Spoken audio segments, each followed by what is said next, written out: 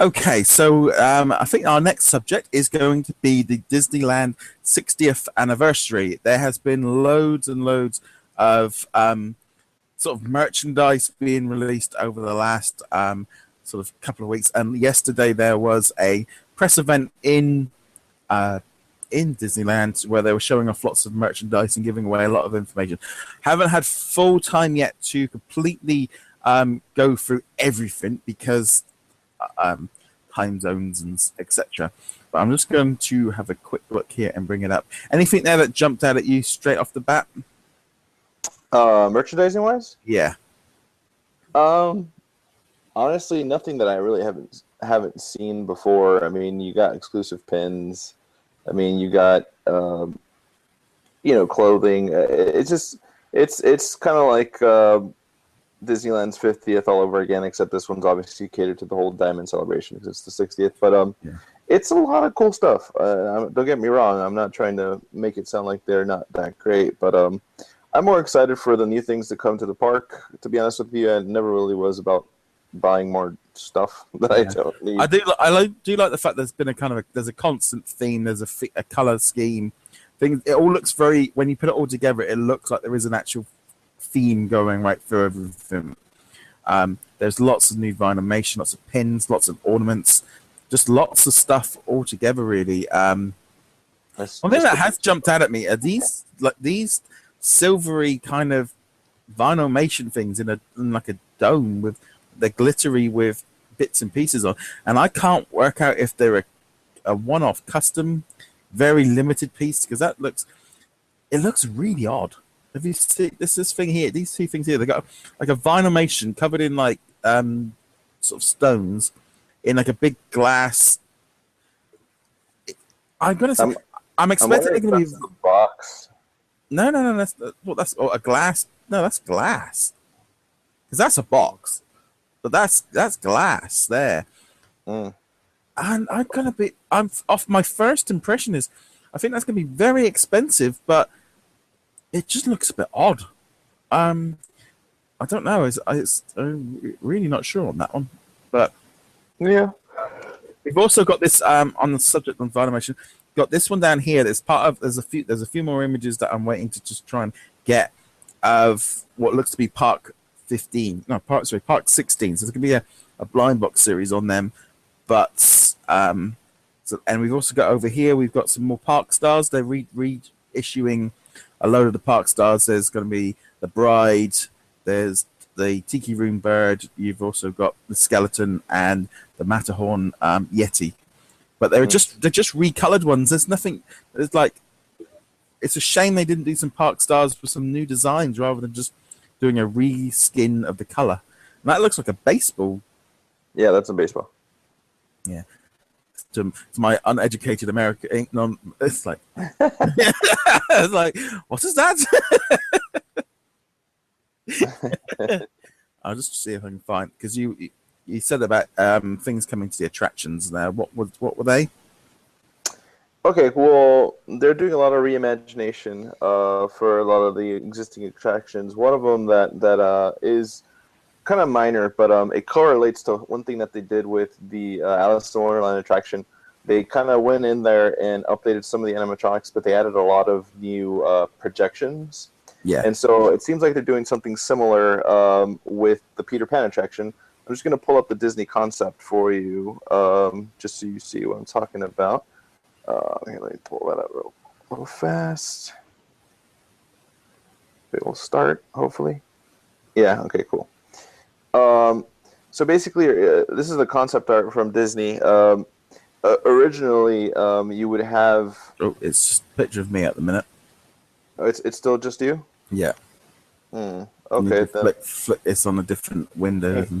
Yeah, let me try it again. But anyways, I'll talk about it. Basically, what it originally is, it's you have Michael, Wendy, and oh boy, I'm drawing a blank here. What's the other little guy's name? I've gone black. I don't know. Well, you have the three kids are sitting down on the floor, and you kind of fly over the bedroom with Yeah, you fly over their bedroom in the boat that you're flying Yeah. in. In this one, they're reimagining to make it seem like they're actually already flying, Yeah. which is really cool. I'm kind of interested in seeing how they're managing to do this. Okay, I think I have the image working now. Let me just pull it up in 1 second. But aside from that, the cool thing is the projection that they're going to do. They're going to project the shadow, Peter Pan's shadow, basically about to take off as well. Here, let me see. All right, here we go. Tell me if you see it this Oh time yeah, around. bringing new magic to the Matalon and Peter Pan's flight. I've just found the story on. All right. Tell me if you see it. Nope. Okay. Oh yeah, here we go. Yeah, Oh, I see it. Yes, I see perfect. it. Okay, so you basically have instead of them being on the floor usually, which just down here, you have them Yeah. starting to take off already, and you have Peter Pan's shadow. But this is also supposed to be projection, obviously, I the Peter think. Pan part. Yeah, I think it's some of this stuff has been added over in Walt Disney World. I know they've redone the queue over there. Yeah, so that's basically one of the things that they could do as far as updating like older attractions. Another cool thing that they're doing too, which I'll still have up here, is Yeah. the Abominable Snowman from the Matterhorn. He Yeah. definitely looks a lot darker and scarier. I do like the look of him this time because He he used looks to look really good fake. because I always remember it being a bit kind of naff looking. Yeah, it was very cartoony and fake. And this is so much better. And another thing that really stood out, which is great, is back in I think it was 1979. The Matterhorn used to have a figure which was the Hatbox Ghost, and he's down here. Let me pull him up. And he's finally coming back, which this is the image that they're showing right now. Yeah. What's cool is you basically see his image, and it kind of darkens up, and his head actually ends up popping up here, which is kind of Yeah. cool. Obviously, I'm not going to play the video, but this is actually what he looks like in real life. This is the actual animatronic that you're going to see. He was actually displayed in the D23 Expo in 2013. But the thing with him is the reason why they had him there is because they were still trying to figure out how to make it work. Because even though you can't really see it here in this image, but he's holding the box, Mm. and the goal was to get this to disappear and to appear here, Yeah. where the box is. But again, it's these cool little additions they're going to do that is kind of getting me excited. I know there's new attractions that haven't really been announced, and I know they're probably not going to announce. And again, certain connections that I know have given me ideas about them, but I have a feeling those will come out a little bit later once we get closer to the 60th. Yeah. They're I not mean, going to be open by the 60th, clearly, but it's probably going to be announced by then. well, I think the trouble is with Disneyland is they're a lot more push for space. You know, if something for everything that comes in, they pretty much have to push something out because there's just nowhere kind of to expand. I love the idea that they're going back and retouching up some of these older attractions, bringing in bits from the past, but also bringing them up to date because there is a thing of when you go to the park and especially if you've got kids and stuff, if they're looking at this attraction going, oh man, that looks so old, and they can only go on sort of nostalgia for so long because they're going to lose the generations underneath because they're looking at it going, oh come on, it's naff, it's not very good, you know. So yeah, so updating the Yeti to look better, to look like he does in, you know, just to look better overall. Bringing the Hatbox Ghost, these little touches are a lot cheaper than building a brand new attraction, and it also brings people back into the attraction to try and sort of spot the differences. And I think just constantly upgrading and updating these classic attractions is what they need to. Otherwise, like I said, it will just become nostalgia, and that will run out. No, yeah, absolutely. I agree. And that's something that's been happening over time. I mean, for the 50th, they completely rebuilt Space Mountain and gave it a new soundtrack, and it's great. Everybody loves it now. And then you also had like I said recently, the Alice in Wonderland attraction be completely. Actually, some of the scenes were reimagined as well, and again, new projections. I mean, it makes it so nice and clean. I mean, even I think Small World too for the 50th, they removed a section and actually added the Americas section, but as well throughout the entire ride, they added little Disney character or Disneyfied characters throughout the attraction. So it's kind of cool that they do stuff like that. No, but it's like I said, is they've got to keep updating and keep making it not look so ancient. I mean, the fact they're going to be they've got like I think a new night show and a new parade. It's all good things to get people back into the parks, and that's what they're after. That's the whole point of this. They're not doing this just because it's an anniversary. They're doing it to get people to come back into the parks, to come visit from far away, to buy the merchandise, to make it feel like it's special. Otherwise, if they didn't do that, then it would just be another year and no one would be talking about it. So that it's a big promotion to get Disney. Definitely feels like it's Disneyland's year this year to be promoted, more so than maybe Walt Disney World. That's how it appears to me. Sort of Disneyland has kind of been the front and center with its anniversary this year. Oh yeah, absolutely. And like you said, new fireworks, new parades. Even California Adventure, which is next door, they're redoing or doing a brand new World of Color, which is their water spectacular, just for the 60th. So it's really nice. It's definitely nice to see the original park getting a little bit more attention again. So. But also, I mean, you see, like, these shows will run, they're going to be running at least till next year. And then they'll probably, due to popular demand, we're going to extend it.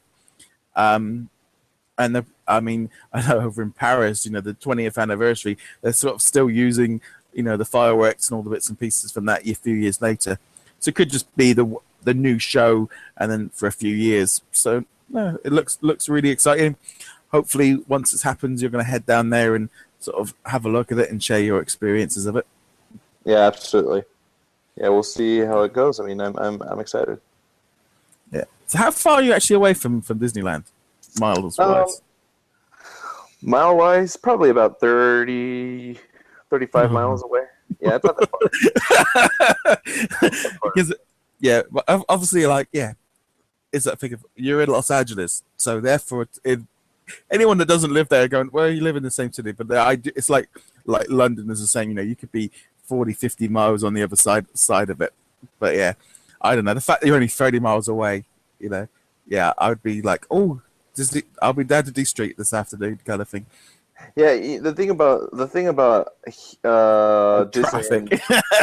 Well, yeah, definitely one of the major factors is traffic for sure. I mean, you can turn a 30-mile trip that probably take you maybe about 30 to 40 minutes. It could be about an hour and a half to 2 hour trip. So that's one factor. Another factor that maybe you guys don't experience out there as much as we do, but Disneyland, their ticket prices go up at least twice every year, and that's including annual passes.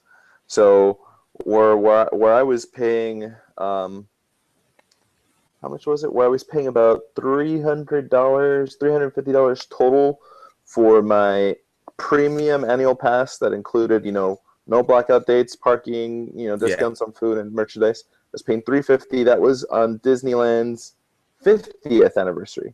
Yeah. We are now at the 60th anniversary. That same annual pass that I had is going to run me about $800 if I want it. I have not renewed my pass recently because of that, but I will be taking probably an annual trip now as opposed to paying. But now just a 1-day ticket. Back then, like I said, it was about $70 something. Right now, I think it's about $100 even. I think they broke that. And that's one park. Yeah. Park hopper is $150. So yeah, I mean, I think it's that kind of thing, isn't it? I think if you're going to go annually, you have to make it worthwhile going. You have to do a lot. Yeah. Or you have to be buying a lot of merchandise to make the savings add up. Absolutely. If you have 10-20% off your purchases, and you're buying regularly, you might end up getting, you might be able to at least get your costs back and kind of be able to enjoy the parks and stuff. Dude, I remember when my churro was $2.75. Now it's $4. I mean, come on. I love those things. That's kind of for me. Actually, that was kind of like the Disney snack was the churro when we discovered it. And so, I think we also had them at SeaWorld. I remember sitting there eating one while watching like Shamu and stuff.